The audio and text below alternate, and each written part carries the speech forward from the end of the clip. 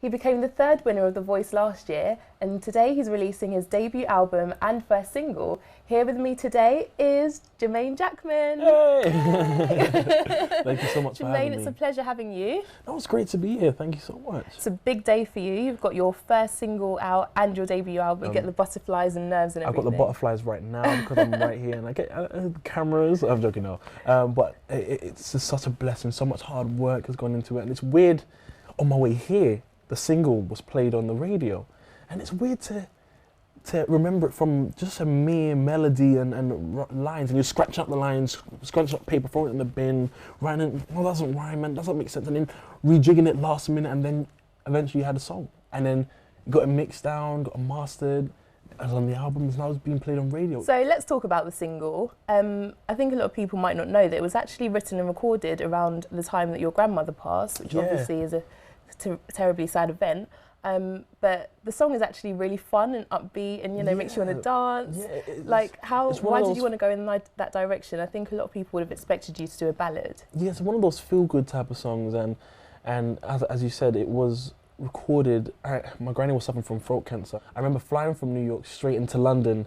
On that night, I had to record How Will I Know, and just emotions were high. I was crying on the plane for 6 hours.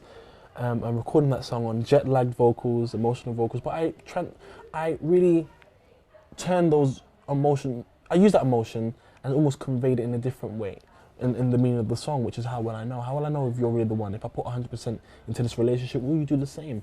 But it's a very upbeat song, up-tempo song, and that's the type of music that I'm involved in. I've grew up on Motown, soul music, and not on ballads. It's kind of on the Pharrell Williams happy spectrum as opposed to the Sam Smith stay with me spectrum. Yeah. Is that kind of what, now that you've got a whole body of work as an artist, would you say you're on the Pharrell Williams spectrum as an artist? As an artist, I love all aspects of music. There's songs on the album which are on the Sam Smith stay with me spectrum, and there's a lot of songs that are with the Pharrell spectrum. And it's just the music that I love, the music that I grew up, and all those sounds convey who I am as an artist. It's nothing too radical, nothing too extreme, but they all on that spectrum of that soul Motown vibe. Slow, some up-tempo, some slow. So there's a mixed vibe of emotions in the album. There's some happy songs, there's some sad songs, there's some songs about revenge and getting your own back. There's some songs about, I don't want to swear, but don't take the mick with me and don't push me aside or I'm going to get my own back. So there's a lot of emotions in the album. So there's a particular song that I want to touch on. I think it's called Finally Over You. Yeah. And I know that you said it's kind of like an independent song for men. Is that kind of what because pop is filled with like Beyonce's trying to do the whole female empowerment thing. You could be the male Beyonce. I don't think I have the body for that. I'm joking. And I can't you can dance. learn the dance moves. I can't dance. You could. No, I can't dance. Save my life. Finally Over You was written in a time where, when you're just being played and you're being played, and it's like, because some people think, oh, only women go through these emotions and only men play women. No, actually, women can play men too.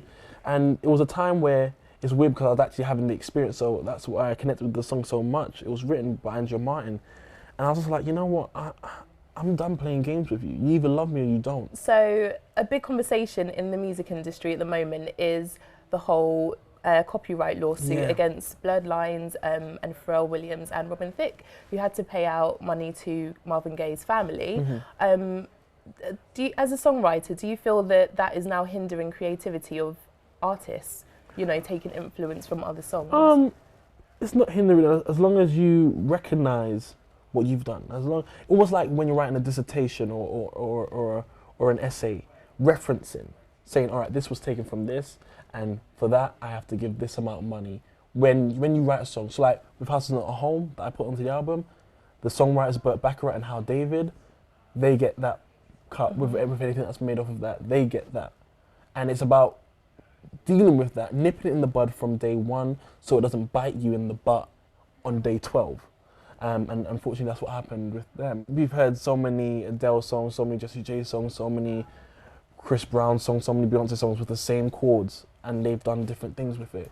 And it's just about using your artistry and your creativity, and your creativity should be to that extent that you can go past that and really say, you know what, although this does sound like Marvin Gaye, let me change it up in a way where it doesn't.